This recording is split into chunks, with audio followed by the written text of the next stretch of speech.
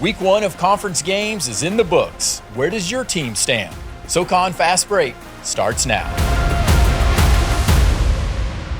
All right, Darren, here we are, 2026. So we've got through with the holidays, we've got through the non-conference games. And the one thing that I have picked up on, though, even early in 2026, it doesn't matter what calendar year it is, what season it is, because we're still going to be surprised. We're still going to see chaos. It does not matter, and we're seeing it right here in the Southern Conference to start the season in conference play. We've seen it early already. We've seen some upsets. We've seen some teams not playing to the level that we thought we would, and the flip of that, we've seen at least one team that did not look very good in the non-conference that is sitting up here at 2-0. Hello, UNCG. Justin Neely has come out and already said that he was going to lay the gauntlet down and dominate the SoCon, as we heard earlier in the year. And I do think this is something, though, that when you start looking at the standings, and obviously it's week 1. It's 2 games into conference play. I get it. But this is something that we've talked about previously, is that now you have the opportunity of really gauging the teams, because it's much more comparable in terms of the matchups and understanding. These teams are built very similarly. Obviously, some have deficiencies more so than others, and obviously some teams are built differently and their pieces are going to fit together better. But now you're seeing a situation where just even after 2 games, you can start making some observations and start getting to that point where you might be a little bit concerned, or you're very surprised or happy if you're a certain fan base and you look at the standings right now. I mean, we're going to have situations where there's going to be some people that are in the bottom, not going to be happy. But the surprise, I think you're sitting there with Chattanooga, sitting there at 0-2. Yeah, I mean, and that's one of the notes I have as we talk kind of about surprises, whether positive or negative.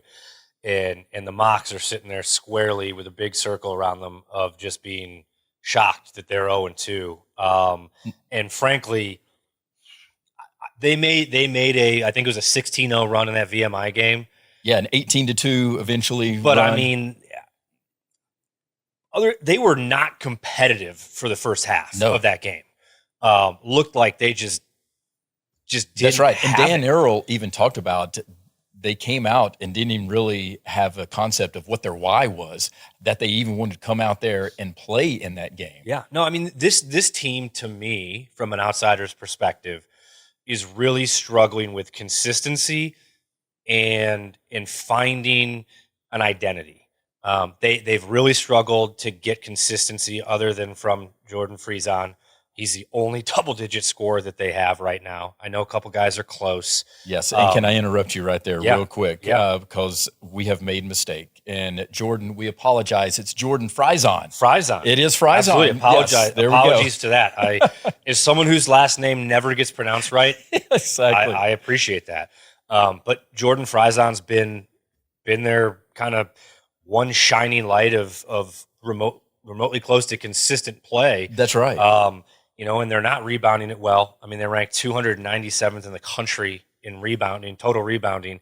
And I think another theme for them too, I know we've talked about the injuries, but they're just not getting much inside. No, they're not. Not only from the rebounding, but just Mulholland has not been able to play hardly at all this season. He tries to get out there, and still this lower body injury, lower leg injury, still not, it's limiting him in terms of actually getting some minutes and trying to get that rhythm. And we've talked about it. I mean, they are a mash unit. So I do give them the benefit of the doubt right now.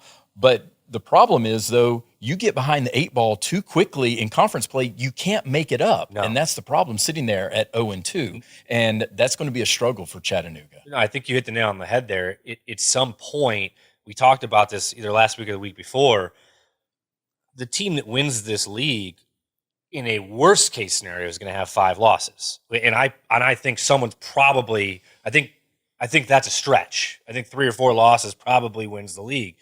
So if you've got 2 losses in 1 week, you are putting yourself in a really, really difficult spot to go get that top seed in Nashville.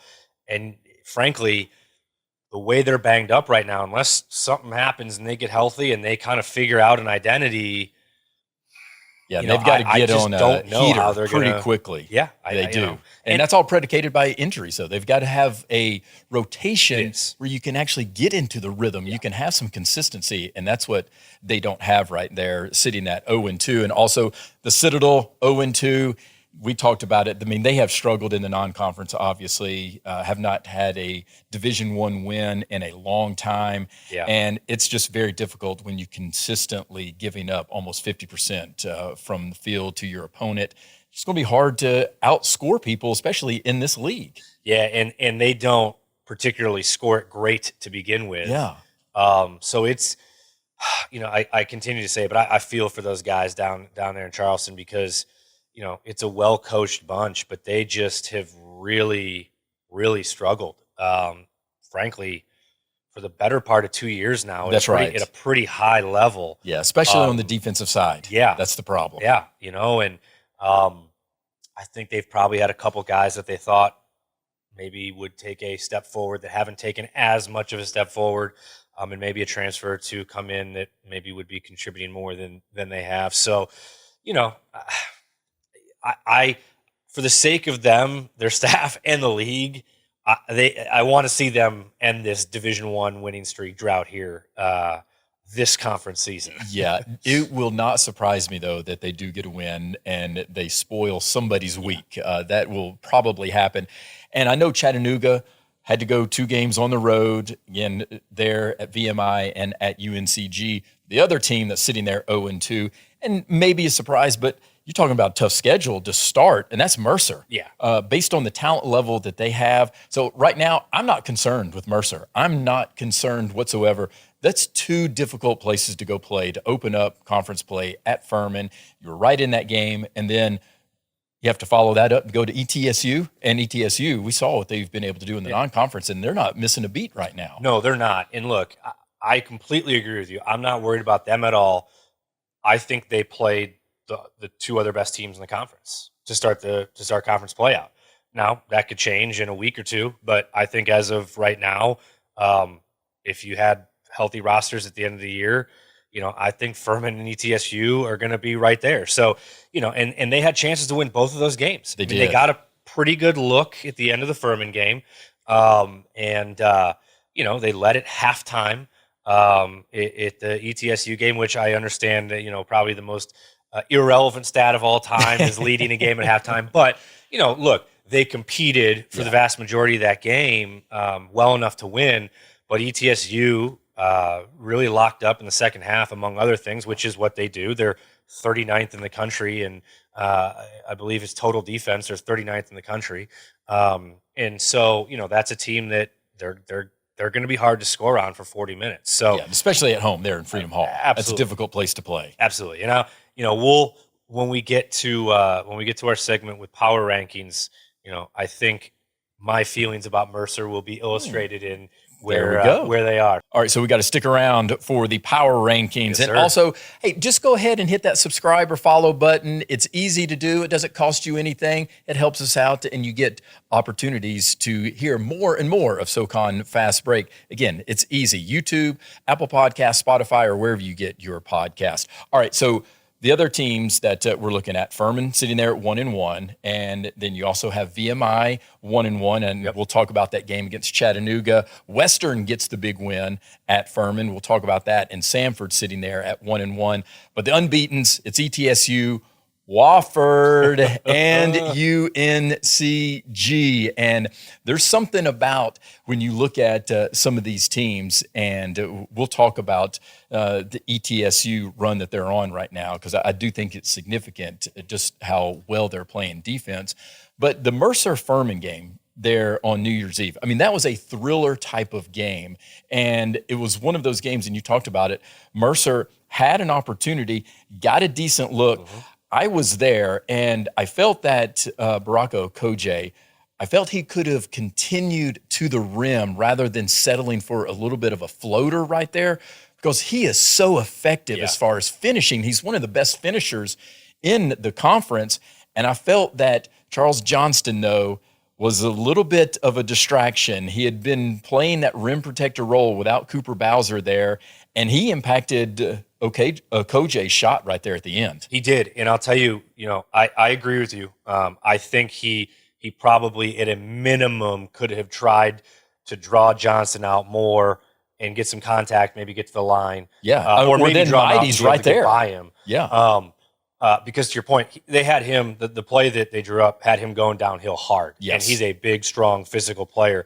But to your point, Charles Johnson did a really good job on that play. He impacted the shot. He forced Kojay to take still a decent look. Yeah. But not it was a challenging shot. It was a challenging shot, a runner. Off of 1 foot, runner, floater. And then he did an excellent job of getting back to Armani Mighty, and they were able to double team box out Mighty where, technically they had a tip. That's right. Tip to try and put it back in, but that tip was never close because they did a really good job, Furman did, making sure that Mighty was covered after that shot went up.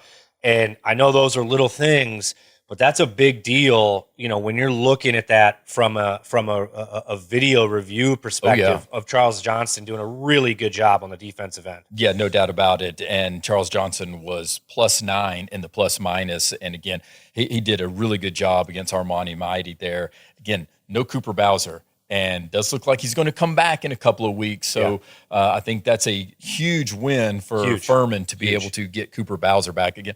He's leading the country in field goal percentage, 81%. I mean, it's absolutely insane. It's all dunks. Yeah. It's insane.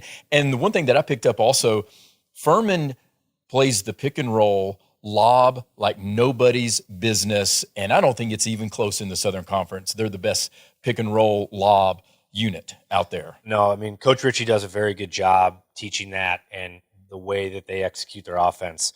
But I think when you've got a guy like Alex Wilkins from a IQ and skill set and ability to pass it, and Cooper Bowser with his height, his length, and his improved hands, you put that sucker near the rim, and he's getting it's a dunk. And even Charles Johnson, Ben Vanderwall. Yeah, I mean, I saw several lobs to both of those guys. No, you're absolutely right, but that's credit to what we just talked about. But you also not only the IQ and the passing ability of Alex Wilkins, but he is a big time threat getting downhill. Oh, no question. And I mean, the game winner he hit against Mercer right there on the baseline. He's not easy playing shot. No, he's not playing like a freshman. No, that's the reality of it. Again, he had 20 points there. Again, silenced everybody from Mercer fan base, I promise you, there as he drove baseline and hit that jumper. And you're talking about finishing strong also. It's amazing.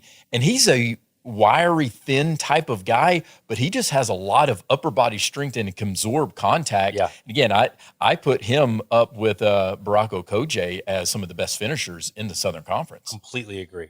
All right. And then obviously what I've been saying, Asa Thomas for Furman, he's going to be the difference maker for this team because he can light it up from outside. Mm-hmm. And when you're in a 2-point game, when you can have perimeter precision, like Asa Thomas, 4 of 9 there, 19 points. Yeah. And that's going to be a difference maker. And it was against Mercer. It was. And to your point, he had, I think, the worst shooting night of the season against Western. That wasn't the reason that they lost. That's right. But if he gets to his average, they probably win that game. So to your point, yeah, I mean, he's an integral piece to this Furman team, especially when they are down a couple guys right now. Yes. And everything is really kind of magnified because their bench is pretty thin right now. It is. No doubt. And that's not a knock against any of the guys coming off the bench. It's just, that's right. They've got some injuries that they're dealing with right now. So, yep. Okay. Chattanooga at VMI. I thought this was an interesting game. And a lot of times you might not focus on a game like this, but I felt this was a statement win for VMI early in the season because you're coming off of the Samford loss where you played really well in the first half and you just came out completely flat, obviously on the offensive side there against Samford, and you allowed them to come in there into your own building and take control there in the second half. So you felt that almost slipping away again against Chattanooga, as we talked about the big run that they had, 16-0, and ended up being an 18-2 run there in the second half, where you had a 19-point lead And anytime you have a 19-point lead at home, you got to win that game. You have to win that game. And for Chattanooga, I mean, it's just almost impossible to come back from a 19-point deficit on the road. But give them credit.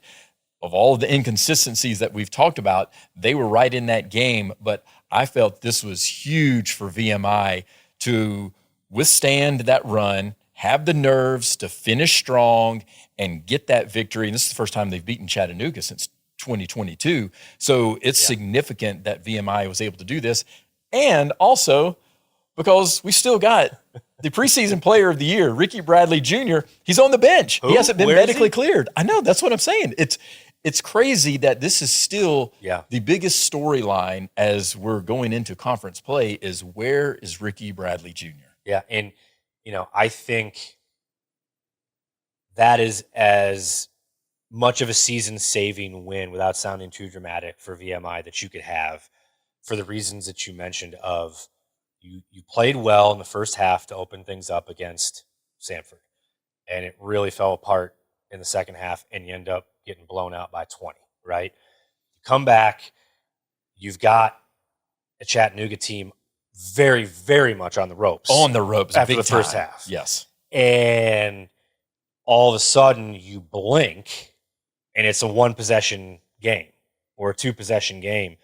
And they did a really good job of getting a big-time punch, responding, and finishing that off. Because if you start off 0-2, the way that those games went, I mean, you're kind of starting to talk about, well, here's the same old VMI again. Oh, yes, of course. That's the tough part about it. And Ton Aldizalu, he was absolutely fantastic. 22 points, 4 3-pointers there. He was the energy for VMI. TJ Johnson continues his stellar play, though. But I felt it was freshman Alexander Dashvili who was the catalyst there in the second half. 14 points, 9 rebounds. This is just his third game, and he's a freshman, his first start. And so this is just showcasing, once again, there's freshmen here in this league that I know we want to talk about the transfer guys coming in, but I know we've mentioned it. Watch out for some of these freshmen. This is as good of a freshman class as I've seen in a mid-major league in a long time. I mean, there are guys that are not playing because teams have injuries or depth problems. These are freshmen that are playing and making major contributions. Yes, they are. Because they are some of the better players on their team. Yes. And we'll probably talk about another one of these freshmen, coming up for UNCG. But, to your point, just good balance from VMI. Yeah. And, something to continue to build off of. And you talk about having beaten a Chattanooga team for 3 years. You give up that big run and you hold on. Can they now start to build some momentum and say, look, we want Ricky Bradley Jr. back because that takes us to a different level. That's right, yes. But guess what? We can go compete now. They are competing. And we can win games. Yes, they're showcasing that they can compete even without Ricky Bradley Jr., but at the end of the day, you're going to need somebody. You're going to need another offensive threat. All right, speaking of another freshman, you talked about UNCG, the trenches battle. It was Chattanooga and UNCG as UNCG gets that victory. KJ Younger, get to know this guy. I mean, he powered through arm tackle after arm tackle in this game, a career high 24 points. And then also Justin Neely just went ahead and just did what he does. Another double-double, his 8th of the season after that game. And this just, again, showcased that UNCG, if they can get some things going, especially on the defensive side, they can be a team that you don't want to see because their inside game with Younger and then obviously Justin Neely. Yeah. I mean, it's a grown man type of basketball right there. And then you have another freshman stepping up, Noah Norgar, hits the game winner, basically, hits the three-pointer there, and he scores 7 points in the final minute of the game and iced the game for UNCG, gave them that confidence that they needed, and then obviously followed that up with another win against Samford there. Yeah, and I mean, kudos to Coach Mike Jones. I mean, this thing was looking like a disaster of a season a month ago, and they're sitting at 2-0 in the league and have played well. And frankly, look, they beat Samford in a fashion that they don't really want to play. They don't want to. They don't want to play an 89-82 No, they don't. game. No, they don't. They just don't want to because they want to slow it down.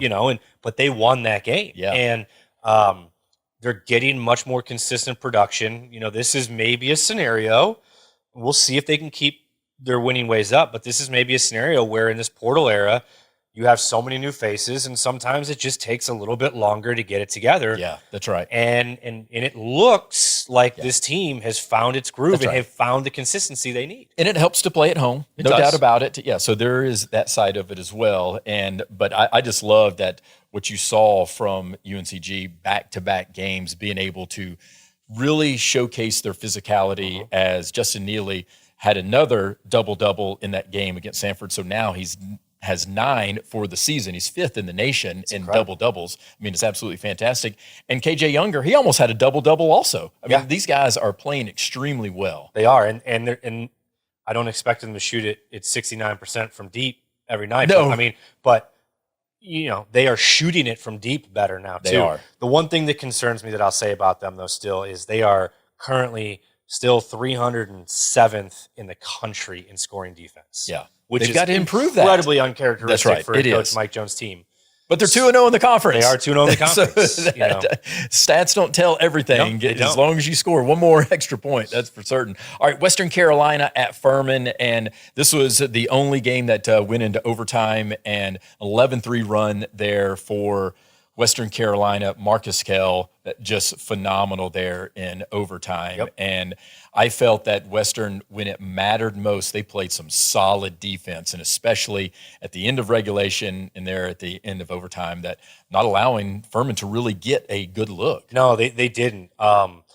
This was, I think, we got a glimpse of how dangerous Western Carolina can be because they have 3 guys, and I know they got more than 3 against Furman on Wednesday, but they've got 3 guys that are bucket getters in Marcus Kell, Cord Stansberry, and Julian Samaro. Yeah. And those guys obviously led the way, 16, 15, and 16, and Samaro added 8 rebounds. Yeah. If you're going to get that kind of production out of 3 guys, you're going to be really competitive in this league, and you're going to be dangerous. And so I think that was a really good example of, hey, I know the league didn't necessarily perform as well as it has in years past in non-conference, but man, I think there is a bunch of teams. There's not a whole lot of, hey, we can play C+ tonight. No, not even close. So the conference is compacted very tightly. I mean, I know you can get down to the bottom and you're going to have some of that separation, but it is very compact. Western dominated the boards in that game against Furman, 48-35, 17 offensive rebounds, and they converted that into 18 second chance point there for the Catamounts. And again, that neutralized Furman's 34-28 scoring advantage in the paint because they were able to also open it up, shooting 50% from beyond the arc. They controlled the glass.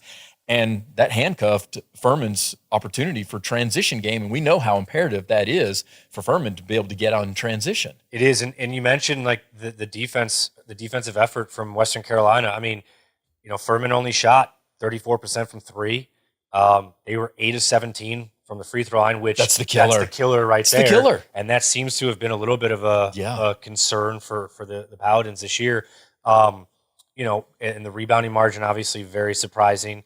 But to even at home only shoot 17 free throws, regardless if they're 8 of 17 or 15 of 17, it's not nothing, but that's not, there's a lot of times where the home team's going to shoot a lot more than 17 free throws. They're going to be shooting like 24, 25 free throws. So, I say that to say like kudos to Western Carolina on the defensive end to not fouling. Play defensive, not fouling. Yeah, that's right. All right, player spotlights. Let's take a look at some of the best performances after week 1, 2 games into the SoCon season. Jaden Booth, Samford, I'm going to go ahead and start right there. I think he is potentially the most dangerous pure scorer in the league because of his ability to open things up, especially from the perimeter. He can also get downhill.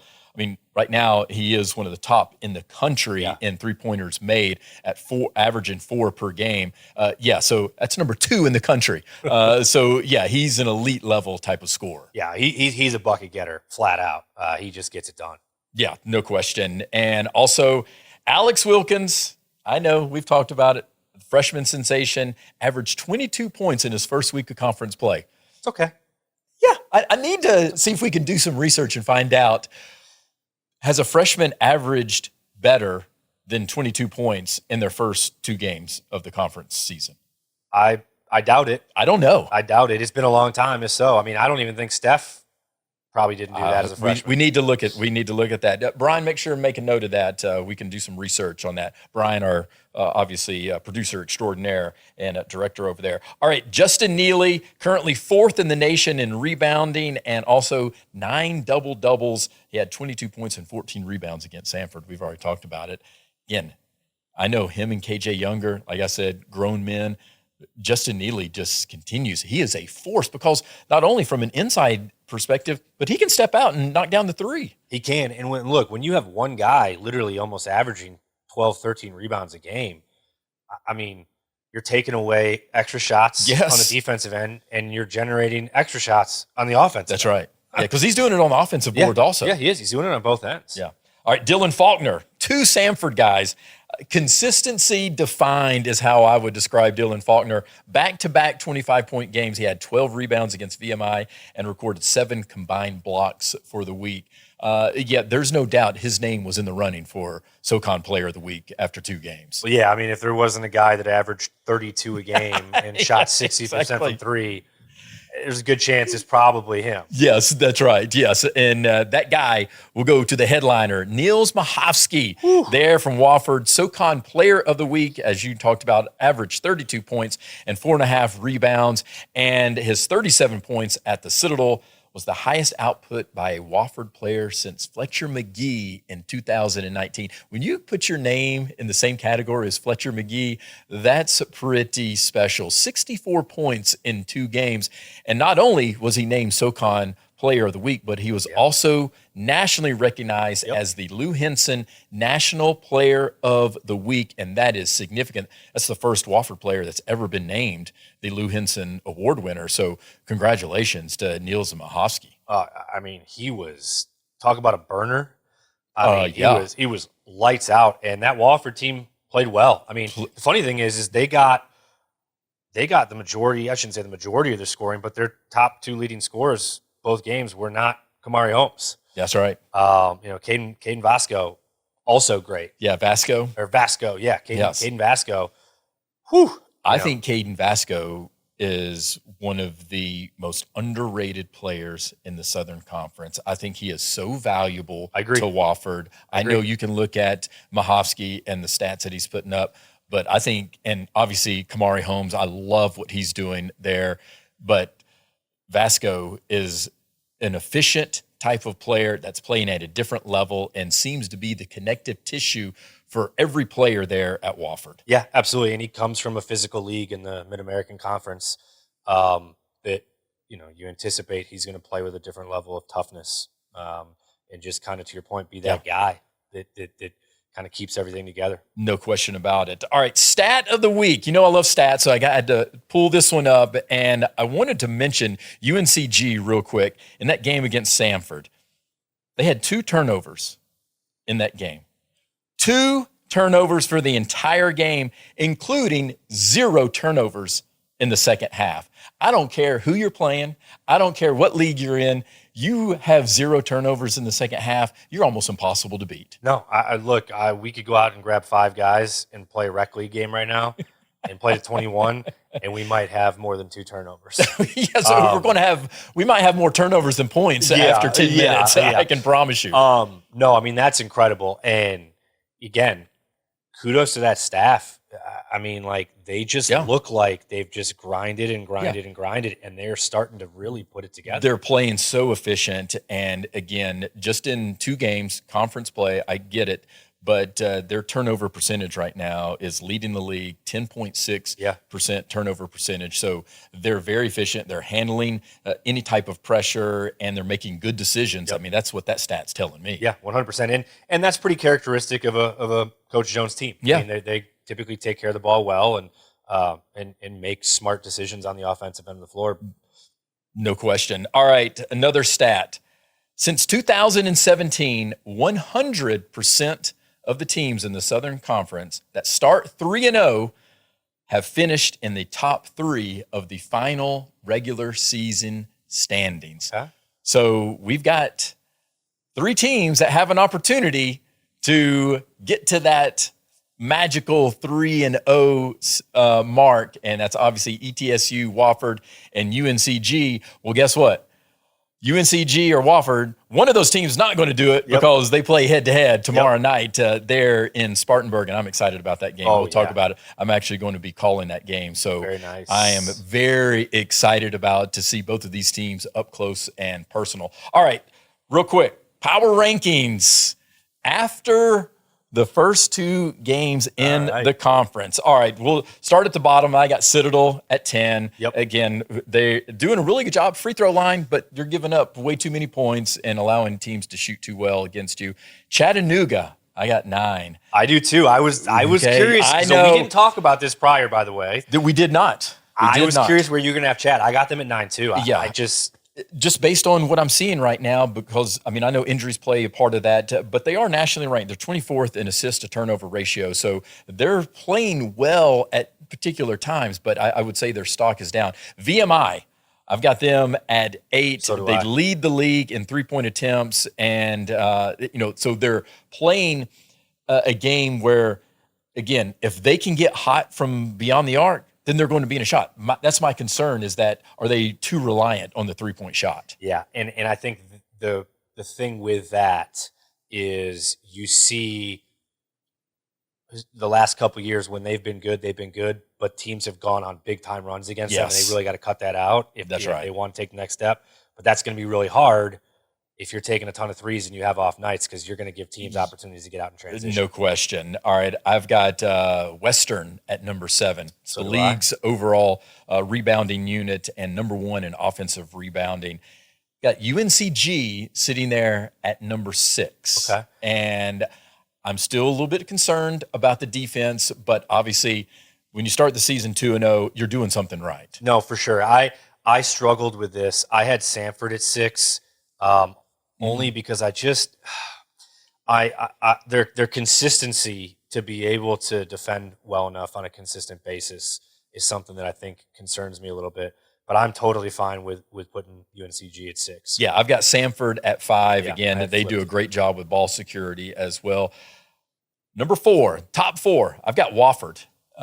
They're at number 4. Okay. I do think their stock is up. Again, Caden Vasco is absolutely fantastic. Number 4 in the country in assist to turnover ratio. And I talked about how he's the glue, the connective. And I don't mean necessarily glue type of guy, but he does a lot. But I think this is a Wofford team that when you have the offensive efficiency that they've at least portrayed over the first 2 games, one on the road, or I should say both on the road, actually, that this is a dangerous team right now. It is, and how I feel about them right now, I had them at 2. Okay, there you go. I went back and forth on that, but I just think that they've played really well. They have. Flat out. I have them at 4 based on schedule. Yeah, I get that. The teams I totally that they've played. that. That's why I have Mercer at number 3. Even though they're 0-2, I'm telling you, Mercer is a quality team. Oh, yeah. They had the hardest opening 2 games in the conference, and it's not even close when you have to go to Furman and then go to ETSU, and they were in both of those games. Can they finish some of these games? Can they have situations where they don't give up some of these big runs? Yeah, and you mentioned it. You've mentioned it at least a couple times, their depth. Yes. That top 5 is really good. Yeah, there is a drop-off. But they are not getting a ton out of their bench. That's right. Yeah, there is a drop-off. All right, I've got Furman at number 2. Again, they've got talent. Depth could be an issue if they have another type of injury. You get Cooper Bowser back, that obviously makes them even stronger on that front court. Yeah, and I don't want to give them an excuse, but I think, all due respect to Western, if Cooper Bowser's healthy, the Paladins are sitting here at 2-0. 2-0. I do. I had Wofford. I had Mercer 4, Furman 3, but I think we're like, it's 1A, 1B. I don't disagree with anything you're saying here. Okay. Well, I don't know if we even need to try to figure out who's number 1. That's ETSU, leading the league in full season net rating and also conference only defensive efficiency and even throughout the entire season. Their defensive efficiency is absolutely top notch. Again, conference games only 92.3. I mean, they are locked down right now defensively. And so I do have them number one. All right. So previewing some of the upcoming games, we talked about it, the Ingles game of the week, and that is tomorrow there in Spartanburg, UNCG. Can they stop Machowski's heater that he's on right now? This is a huge matchup. 2-0 teams, with one of them having the opportunity to start the conference season 3-0. Yeah, hey, Machowski's going back to the crib. He's got a lot of shots up in that place. I think he's gonna continue to be a tough matchup. I mean, I know we're not quote unquote picking him, but I like Wofford. You like Wofford there? I just think at home, but I do think to your point, it's gonna be a really good test for UNCG. Obviously, started off 2-0, but you know, you were at home. Now you got to go on the road. It's going to be a hostile environment. Yep. I know that they're giving out free pizza at halftime to the students, so they want that place to be packed. Jerry Richardson Indoor Stadium. Wofford's not an easy place to play when people show up there. That's right. Yeah, it can get loud. It can be a challenging facility to play. That's right. All right, some other games to highlight real quick. Furman at Chattanooga. This is almost a desperation situation for Chattanooga. It's a must-win for Chattanooga. You've got it. You need to avoid that 0-3 hole, and we'll see how that plays out. VMI at ETSU. Again, VMI, if they can connect from beyond the arc, they will make this game competitive. So will ETSU be able to slow them down and have that perimeter defense to limit them from outside shooting? Yeah. I mean, ETSU is just so tough at home. That you talk about a tough place to play. Oh yeah, no doubt. And with that defensive efficiency, yes, that's right. I'm curious. And then on Saturday, UNCG at ETSU. So 2 back-to-back tough games for UNCG. So we're going to find out what UNCG is made of, and that's actually a potential of showdown of unbeatens. Obviously, ETSU and UNCG have to win their previous game. Wofford at Mercer.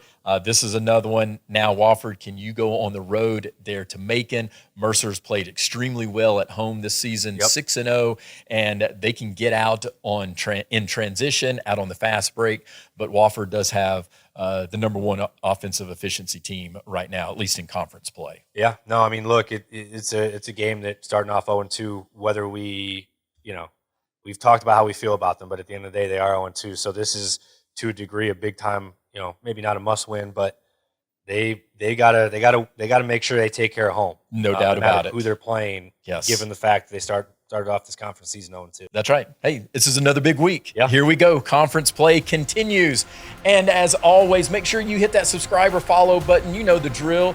YouTube, Apple Podcasts, Spotify, or wherever you get your podcasts, including the iHeartRadio app. Until next time, may all your jumpers hit nothing but the bottom of the net.